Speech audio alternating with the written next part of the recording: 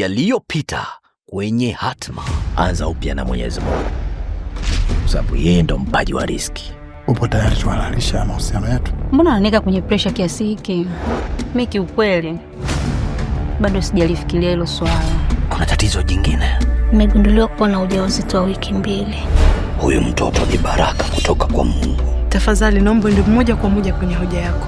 Ameamua kutoa pesa yake ya biashara na kuuza baadhi ya vitu vyake ili kusaidia kugomboa vitu vyako vilivyochukuliwa. Sasa Sadala, unajua siku za mwezi ni 40.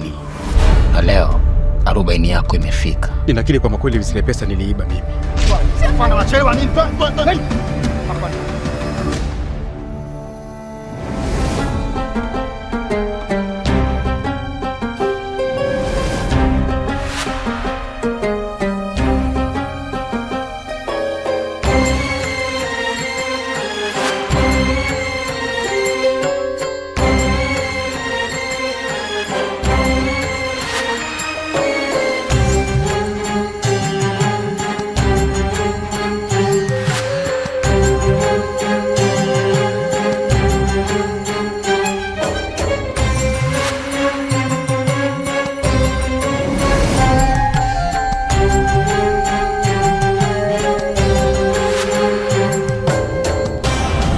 Hatma, kila chaguo lina gharama.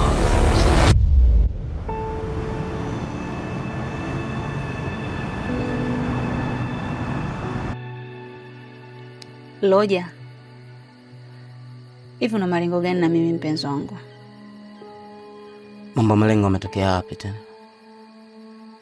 Kwani wewe enjoy tunavyoishi maisha yetu kati yangu mimi nawe? Na enjoy. Lakini tutaishi hivi mpaka lini? Naomba basi niwe mke wako. Naomba unioe. Maisha yetu yenyewe ni furaha tosha. Alafu wewe katikati hapo unaingiza mipango ya ndoa. Una maana gani sasa? Hiyo si noma hiyo. Acha kuwa na mawazo ya kizee afisa. Unataka kuniambia umo majumbani waliooa na walioolewa wanaishi maisha ya kizee? Mawazo ya kizee. Kwa sababu mimi bado kijana unajua. Alafu umri unaruhusu. Damu inachemka. Nahitaji kutamba sehemu mbalimbali. Sitaki kupangiwa kurudi nyumbani. Sitaki kupangiwa muda wa kulala, sitaki kupangiwa muda wa kuamka. Mimi nataka ni enjoy bwana. Kifika miaka 40, 45 nitafikiria ndoa.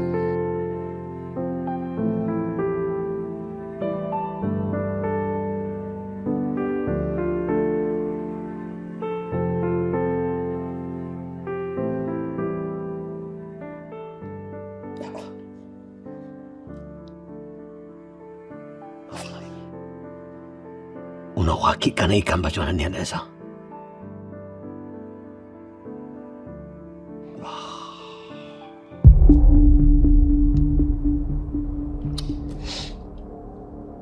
Sawa.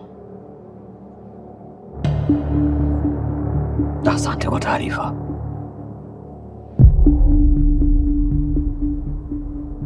Nashukuru Afande Saidi.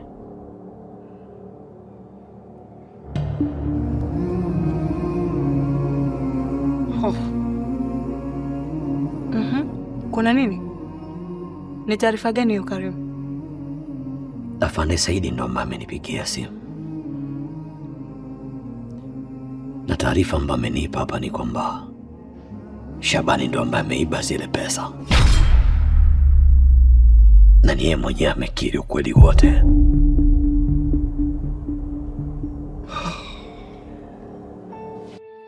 Mbona kama nakuwa sikuelewi? Tambua mimi nakupenda na sipo tayari kukupoteza. Alafu nazungumzai kwa nia njema tu. Nahitaji uwe mume wangu, niwe mke wako, tuishi pamoja. Tambua nakupenda. Alafu sipo tayari kukupoteza. Ombi langu litabaki kuwa pale pale. Nakupenda, nahitaji niwe mke wako. Na kuomba unioe. Acha hizo bwana. Mimi naomba tusebenze maisha yetu tunavyoishi mimi na wewe. Basi tuishi tu. Mambo ndo achana na hilo pepo likupotee kabisa.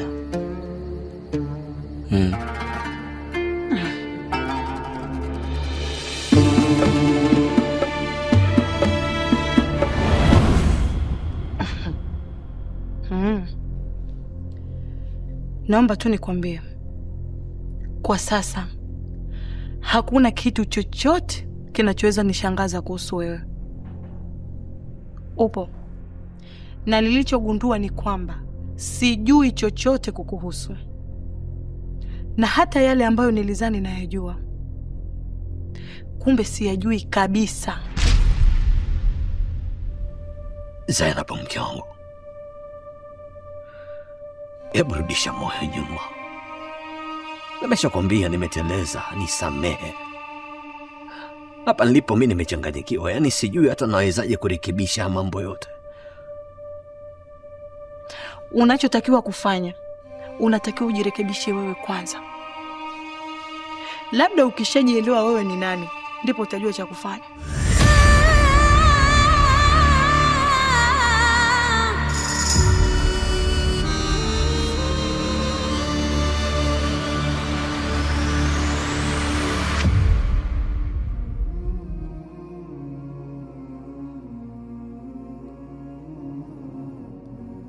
Mama, Shabani amekamatwa na polisi na inasemekana kuwa ameiba pesa za Karim.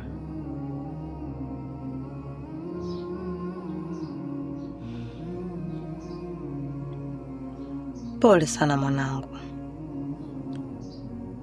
hii ni mitihani tu. Kikubwa natakiwa kuwa na subra, na kwa sasa kinachotakiwa mwanangu ni kutafakari, tujue nini cha kufanya.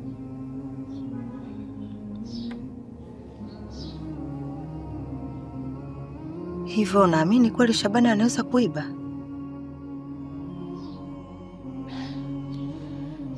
Mama, mimi hata sijui, japo nimekuwa nikimshuku kwa muda. Kinachohuzunisha zaidi ya mwenyewe amekiri kwamba amechukua hizo pesa. Allah atafanyia wepesi mwanangu.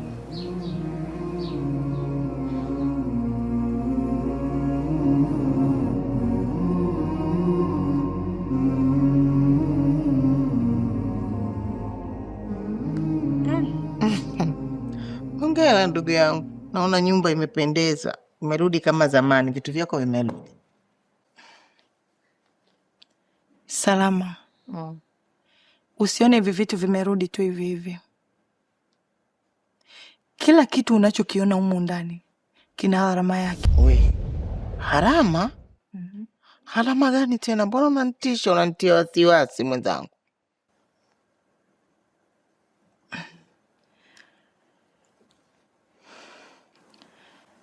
Gharama ni kubwa kuliko unavyofikiria. Mke mwenzangu anakuja hapa ili tuishi wote. Hawa anakuja muishi wote hapa? Awe Zainabu wewe. La, kweli ya labi nafsi yangu. Yaani na wewe umekubali. Zainabu, usikubali huo upumbavu. Mbona unakuwa mjinga hivyo? Awe Taila. Sina chaguo Salama. Kama nataka amani yangu na kurejesha heshima yangu ndani ya nyumba hii, sina namna zaidi ya kumkubali. We kweli umerogwa Zainab. Ila mimi kwa ushauri wangu usikubali. Zainab, usikubali hata kidogo. Usikubali kabisa hawa kaja kuishi kwenye nyumba yako. Utakuja kujuta Zainab. Zainab, usikubali wakupande kichwani. Utajuta au utajuta vibaya.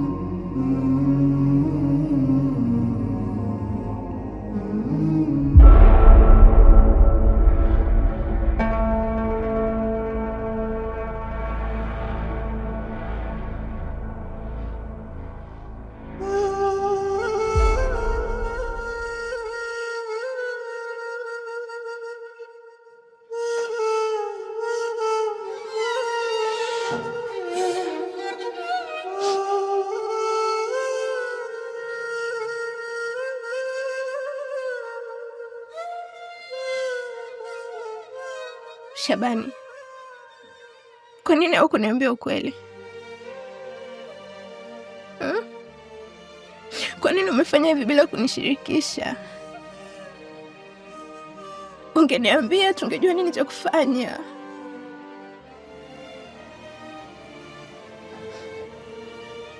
Samahani mke wangu, najua nimekukosea sana, ila nimefanya hivi kwa ajili ya mama yangu. Sikuwa na namna nyingine yoyote ile ya kufanya. Kwa ajili ya mama? Hivi unafikiria mama akijua huko ile kuhusulia ataweza kustahimili kweli? Bora ungeniambia mapema, tungeangalia njia nyingine ya kufanya. Unajua mama atateseka zaidi akijua ulifanya kosa kubwa kama hili. Tafadhali mke wangu, naomba usimwambie mama chochote kile hadi atakapokuwa sawa. Sina budi kuvumilia adhabu yangu. Tafadhali naomba umlinde mama kutokana na ukweli huu. Shabani, sawa, lakini vipi akinitafuta na kuniuliza uko wapi? Mimi nitamwambia uko wapi? Alafu mimi sina mtu yoyote kwa sasa. Tegemeo langu pekee ni wewe, na unalijua hilo. Usijali mke wangu, najua Mwenyezi Mungu nimekupanga na kukadiria kila jambo, na najua kuwa hii ni mitihani yetu sote, lakini Mwenyezi Mungu hatutuacha peke yetu kamwe.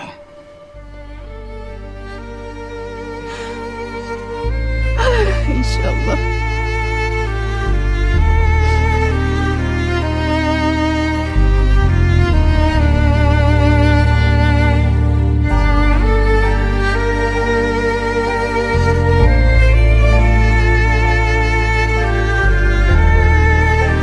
Tatizo ni nini? Huko nje majirani wote wanalalamika, humu ndani makilili.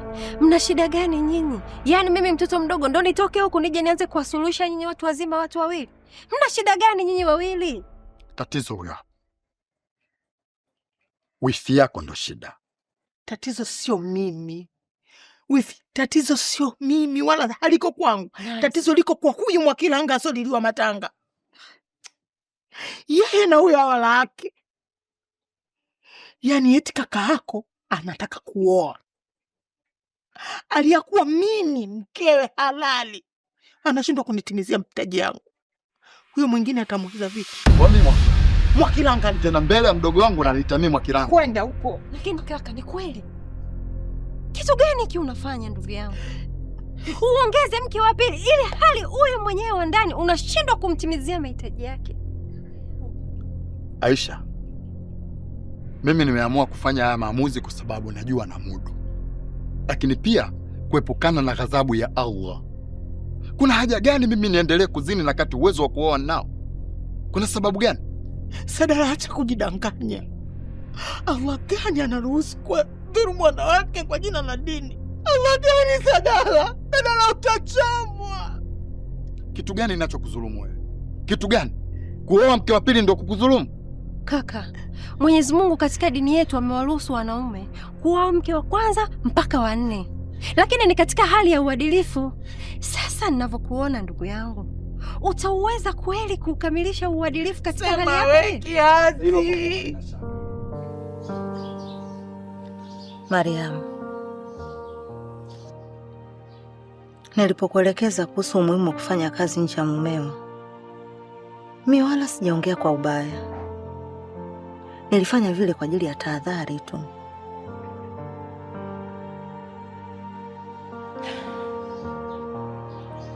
Najua mama, ila mimi sikuwa na namna ya kufanya.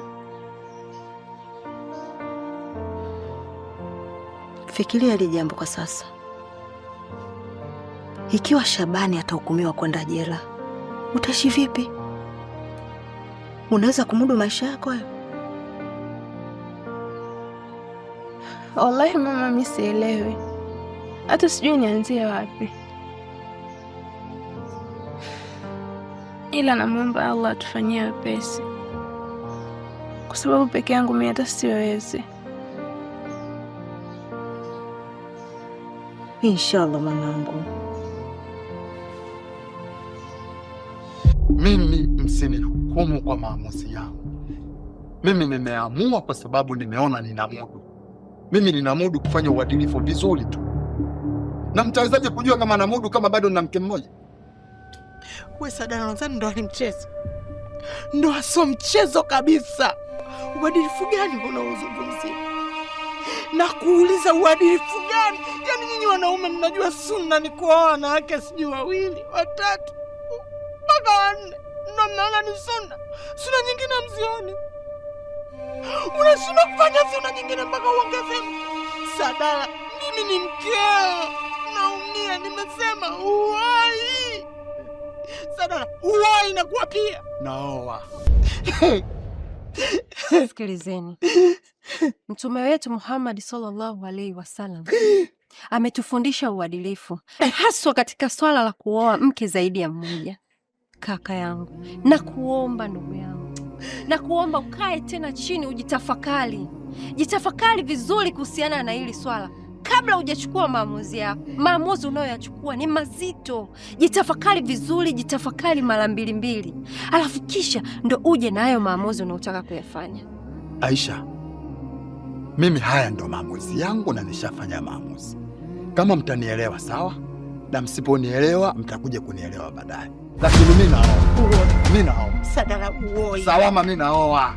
Sadala, nakuwa pia mimi mkeo halali. Salama, mkeo wako. Nimesema Sadala uoi na hautoa Sadala. Salama, wewe ni mke wangu, ni halali yangu. Nalijua hilo. Na kupenda, na kuhitaji, na kuheshimu. Kama mimi nimetaka kasi. Usiku Sadala. Nitakuumiza wewe. Mimi nimesema kitu na kwambia wewe ndio. Ani mimi nimefanya nini Sadala? Atajitafakari. Nisema mgeni lakini. Mimi nitoshi. Ni dini.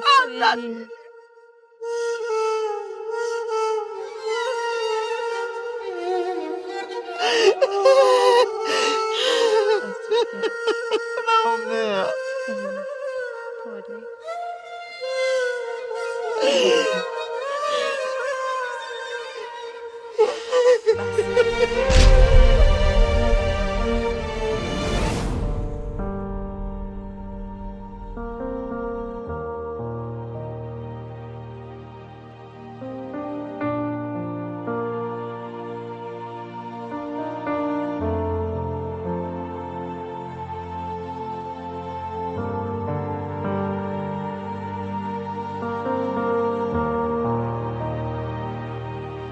Alafu mama, kesho nataka kumfuata mama mkwe hospitali. Alhamdulillahi rabbil alamin. Hawa atampa afya kamili. Ila mama, yani sijui hata nitaanzia wapi endapo ataniuliza Shabani yuko wapi. Mariam mwanangu, wakati mwingine ukweli unauma, lakini ni bora kuliko kuuficha. Na kwa sasa unatakiwa sana kuwa na subra. Maana Mwenyezi Mungu yupo pamoja na mwenye kusubiri.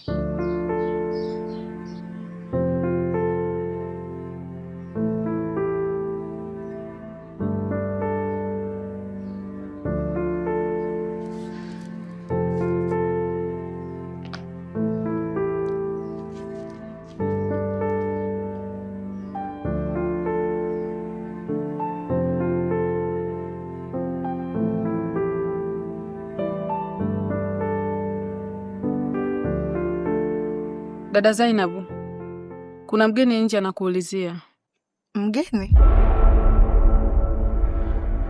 Mgeni gani? Na mbona hujamkaribisha mpaka uniambie? Yeye ndio ameniambia nikuombe ruhusa kwanza. Ni nani? Amesema anaitwa Hawa. Hawa?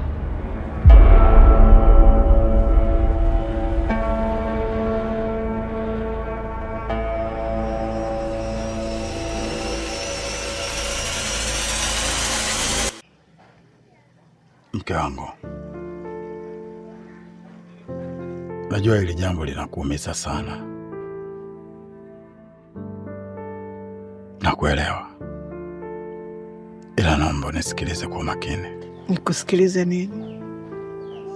Kwamba hutaki niwe mwanamke pekee kwenye maisha yako?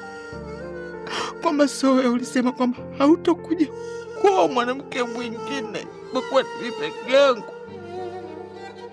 Sio wewe kusema kwamba hutaki, lakini umenisaliti sana. Au kwa sababu nimekuwa kibao, sivutii, unipendi tena?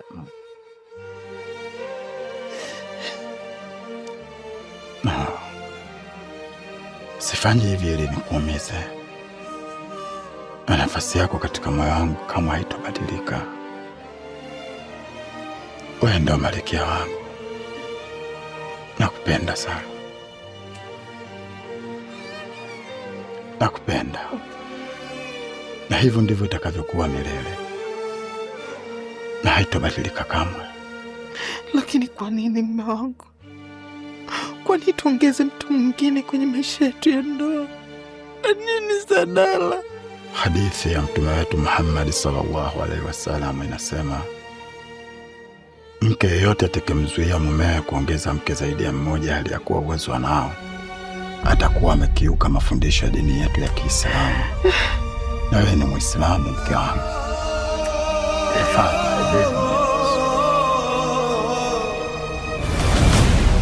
Yajayo kwenye Hatma. Ninajua uchungu wa kupokea ugeni bila kukaribisha. Kuna moja kati ya mawili juu yako. Nisamehe sana kaka, tulifikwa tuna matatizo ghafla. Hivi unawezaje kumchukua dada yangu na ukamhamisha bila taarifa yoyote kwetu? Shabani, yuko wapi mwanangu? Haiwezekani dadangu aishi nyumba moja na mkimzia. Hii sio haki yake, na wala sio haki ya mke wako mkubwa. Usiwe na wasiwasi. Kiukweli kabisa sikuwa na nia ya kumkosea heshima hao mke wangu. Na hili jambo lina baraka kutoka kwa Allah. Naamini atakuwa pande wetu. Sadala.